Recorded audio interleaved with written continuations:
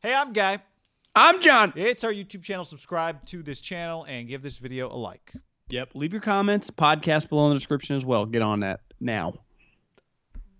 The effects of the Carson Wentz trade. One question is, how does it affect the Raiders in the AFC? This last year, the Colts went 11-5, and they were the last team in. In fact, there were 4 teams that went 11-5 in the AFC. The Dolphins went 10-6. The Raiders went 8-8 and missed the playoffs. So, as it relates to the Raiders and Colts, the Raiders are chasing the Colts. You don't start next year, obviously, with the wins you had last year, but the Colts are ahead of them in terms of development. There's no question. So how do you view what the Colts just did as it relates to the effect it has on the Raiders' playoff hopes? And I think we have some unique data because they played each other, right? Late in the season when there was a lot on the line. Right. The Miami game was freakish, right? And I'd say the Raiders are much closer there. And part of that is like it's Tua, right? And Fitzpatrick, like their quarterback situation. I saw the Colts play the Raiders and they beat the shit out of them. I mean, they mollywopped them. It was, you don't belong with us. And it wasn't like the one player the Raiders definitely were not intimidated or scared of, I'd say, over definitely in our time in the podcast sector for sure talking about him, has been Phillip Rivers. Like Phillip Rivers has not been a guy, the older Phillip Rivers, that dominated the Oakland Raiders by any means. I would say that Carson Wentz going there, if he can re-get it back, is a problem for the Raiders, given that you go, well, them and the Titans are just better than the Raiders. So that you start factoring in teams like the Raiders aren't winning the division because the Chiefs are going to probably win the division potentially for like the next 10 years. It's just going to be, how do we make a wild card? And you go, well, you didn't play the Ravens last year, but the Ravens are better than you. And now the Colts, I think you just have, if you're a Raider fan, you just root for Carson Wentz to be terrible. You root for him to ruin their franchise because if he's just solid, they're better. And you just start doing the math. You're like, God, there might only be the one spot. Now they beat the Browns straight up, but I think the Browns team is just more talented. It's going to be pretty difficult for the Raiders to make the playoffs, Guy. Yeah, I think you said it. You hope that they just let some poison into their building in Indianapolis and he blows up. The fact that they have a pretty buttoned down, I love using the phrase, a buttoned down operation. The Browns with Kevin Stefanski have become a buttoned down operation. The Raiders are not a buttoned down operation. And when I say buttoned down operation, what we're talking about is usually a high floor team, right? Not a team that's going to have a big swing. Even if they're not great, they might not be terrible. That's what a button-down operation is. Like they will just have their ducks in a row. They won't make a ton of terrible mistakes. Maybe they won't be super talented, but they're not going to beat themselves, and you're going to have to play well to beat them. The Raiders have been even though offensively with Derek they looked much better this year, they are just a little bit of a roller coaster, and maybe that's a reflection of John Gruden.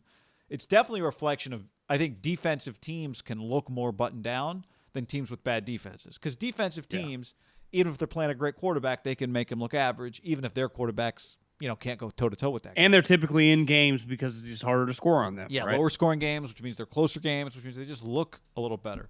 That's what made the Chargers so weird, is they were not buttoned down, but they were in all of these games, but that was because they had this exceptional quarterback and some exceptional offensive players.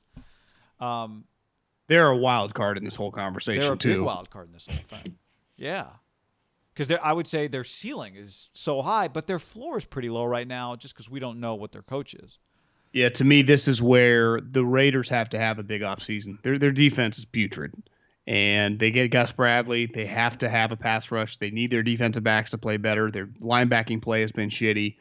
Like, to beat these teams, I mean, we're just assume the Chargers are going to be better because it's hard to be as shitty as they were given the talent last year.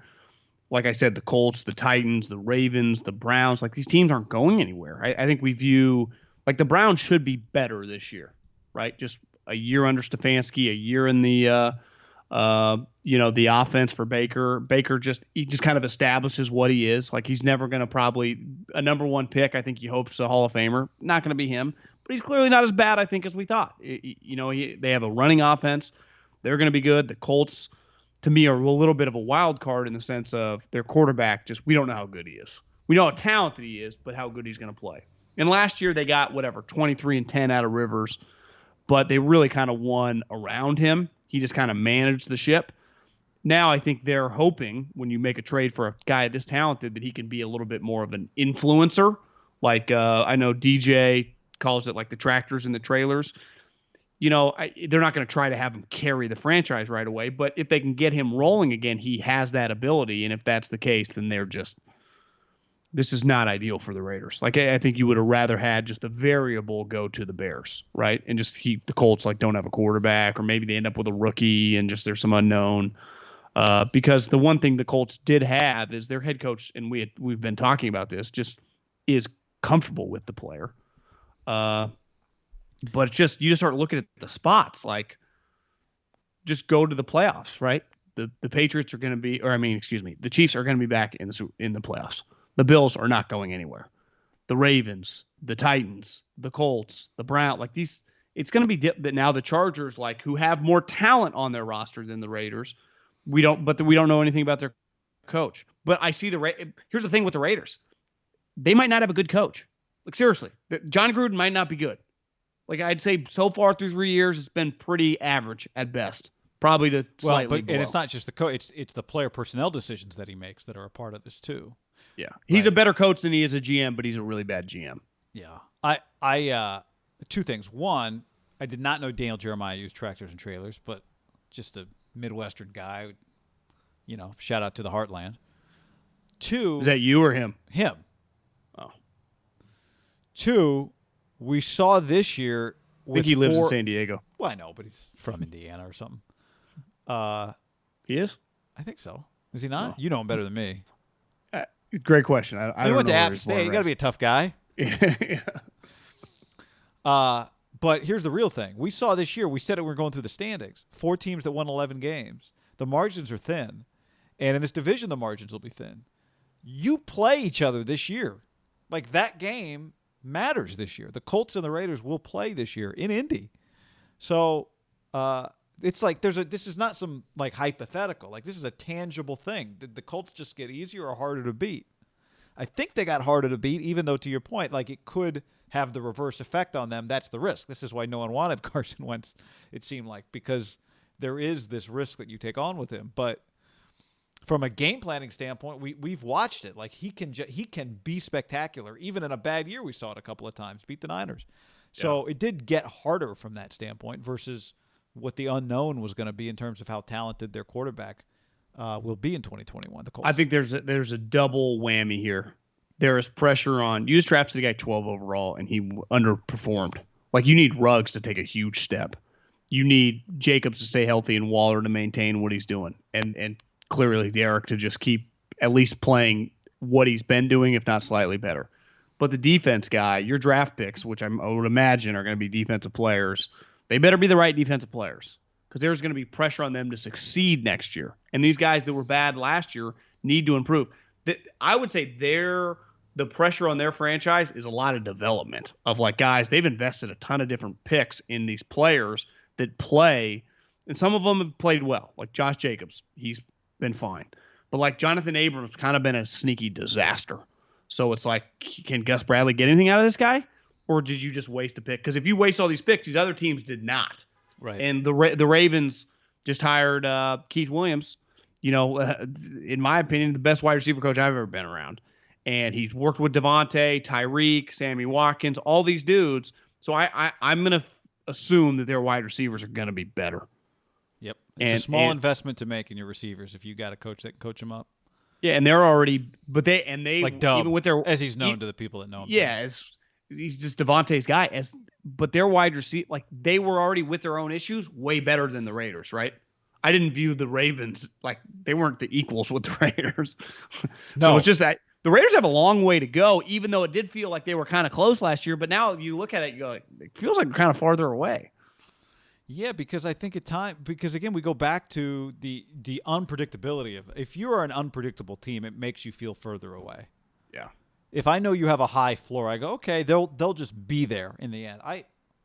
The Raiders were kind of there, but it was only after 8-8 was kind of window dressing at the end of how weird it got, right? Well, if you tell me the Raiders make a wild card, I would say I would imagine then Gus Bradley's would be in contention to be like coordinator of the year, right? Because their defense would have to be dramatically better because they're probably getting One thing you start looking at the AFC, we're just listing these teams. Is it crazy to think you got to get to 11 wins again to get the wild card? Like the AFC is not some 9-win team, right? Is getting in. Well, tell me this. Let's go through it. Kansas City, are they going to be pretty good again next year? Yes. Buffalo. Yes. Pittsburgh. They could slide back a little. Yeah, they could slide back a little, but they're still like their infrastructure and their talent. When they had no quarterback, they went 8-8, which is what the Raiders just did with a quarterback. Tennessee. They're going to be good. Baltimore. Good. Cleveland. I mean, at worst, solid. Indy. Probably pretty good. So somebody's got to be worse, or you got to be a lot better to be a playoff team. And I didn't mention Miami. Yeah. Who I think when we saw them play the Raiders, I know they ended up winning on the freak deal, probably close to equals, but who knows? They have a high draft pick. They have Tua that they could always trade and pivot through. Do they get Deshaun Watson? Well, what if I tell you the Miami Dolphins have Deshaun Watson in 3 months? Well, yeah. But as long as their defense is significantly better than the Raiders' defense, they can neutralize having a quarterback not as good. Yeah, that's why they won 10 games with Fitzpatrick and Tua. So, yeah, you look at this and you go, if you tell me right now the Raiders win 9 games, do I think that's in or out? I think it's out. I agree. And that's, and here's the other thing. There's going to be somebody else. It happens. Somebody else is going to be better. Did you say 9 games?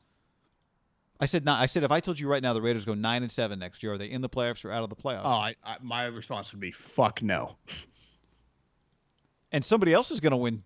Somebody else is going to be better than they were last year. Yeah, and so if they get to 10, at least they have a chance. But I think, as we saw last year, when you have a really bad defense, it's hard to get to 10. Yeah, but all the teams that if you get to 10 wins and you don't make the playoffs, I don't blame you. I don't blame you for that. Oh no. But my point is, like, it's difficult for them to get to 10.